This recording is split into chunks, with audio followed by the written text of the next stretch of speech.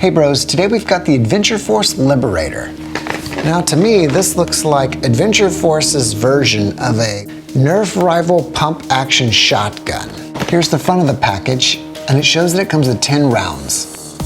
Here's the back of the package. It shows some of the parts of the gun, and it looks like it shows how to load the rounds. Okay, let's open it. We've reviewed quite a few Adventure Force blasters, and I'm surprised we haven't done this one. So in the packaging, you get the blaster, an instruction sheet, and the rounds. So let's take a look at this blaster. You have a front sight here, you have a rear sight here, you have a tactical rail here.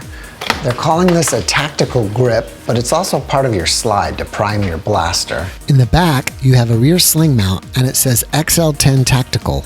In the front, you have another sling mount, and on the tactical grip, it says powered by PTDZ. You have a trigger and a trigger lock. And then this is a release button for when the blaster is jammed. And you can't actually push it with your finger. It says in the manual to use an instrument, and it shows a pencil. But you could probably use, whatever that would fit in there. This is your muzzle. So cock it back. There is a little cover here where you load the rounds. You pull that back, and then you can load your rounds in. And then also when the blaster is stuck, there's another little release button right here that lets you release this little white thing here, this little spring thing that also helps you release jammed rounds. And then you get your 10 rounds, which are very similar to Nerf rival rounds. So to use this blaster, you've got to pull the tactical grip back, and then you can open up this little spot and load the rounds in. Then pull your grip forward, aim, and fire. And before I fire, you have to hold this trigger lock down to be able to fire. It's kind of like a safety. If you don't, then it won't fire. See, it's not firing. So let's hold it down and then fire. That seems pretty powerful. Okay bros, let's go ahead and chrono this blaster. 70.5, 72.9, 76.9, 74, 67.8, 70.3, 66.7, 72.9, 75.4, and 70.1.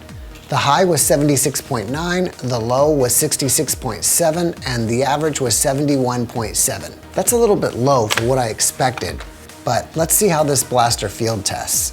All right, guys, you see this? I'm gonna be shooting this.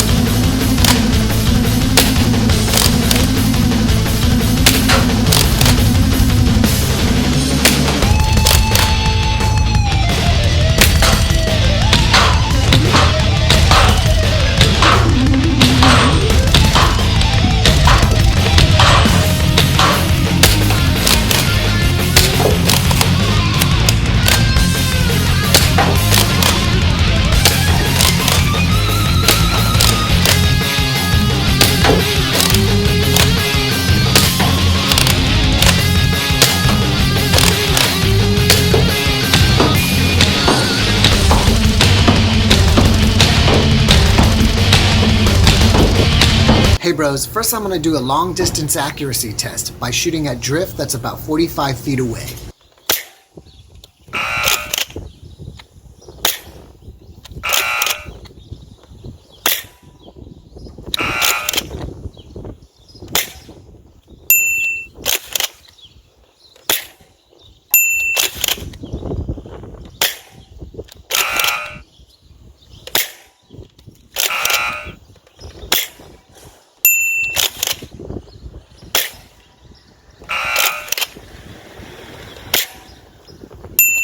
Now I'm going to do a range test by shooting at that garage that's about 60 feet away.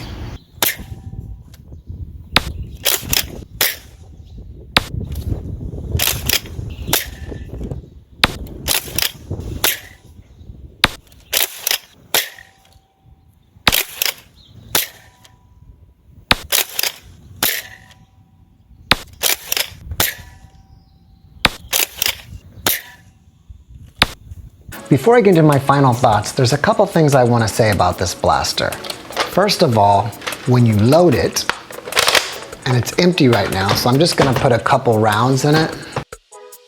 A lot of times after I've loaded it, I'll fire the blaster, but it won't fire yet. So let's see if it does it. See, nothing comes out. So you have to do an extra priming to then make the blaster shoot. Like that. Second thing is,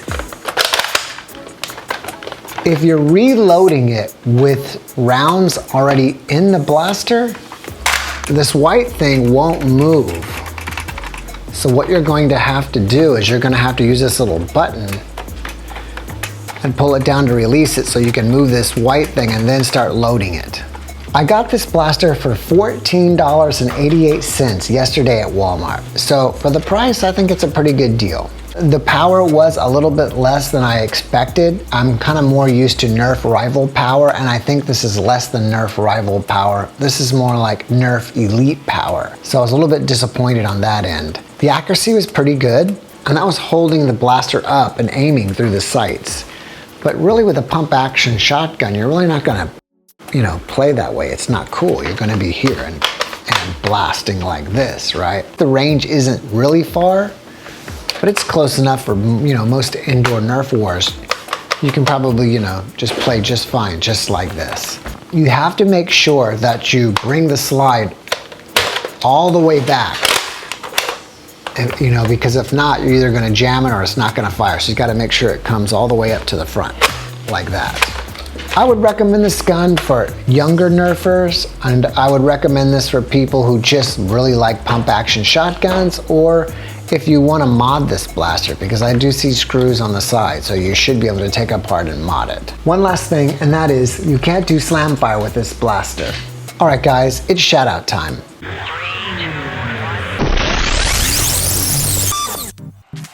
The first shout out goes to Gavin Zedrix. The next shout out goes to Brianna the Bird. The next shout out goes to Warrior Brothers Airsoft. The next shout out goes to SBSPTLH South Park Lego Ninjago and Monkey Kid Fanatic 2004. The next shout out goes to Gabriel's World. The next shout out goes to G2 Dawson. The next shout out goes to Johan Zedrix Padilla. The next shout out goes to 2 of 4 Plays.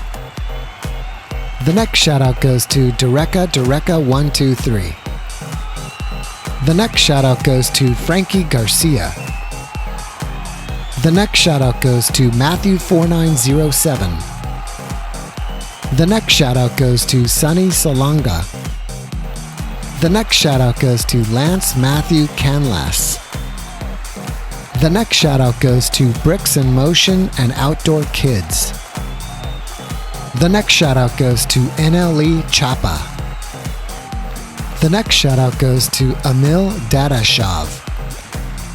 The next shout out goes to Sabrojit Biswas.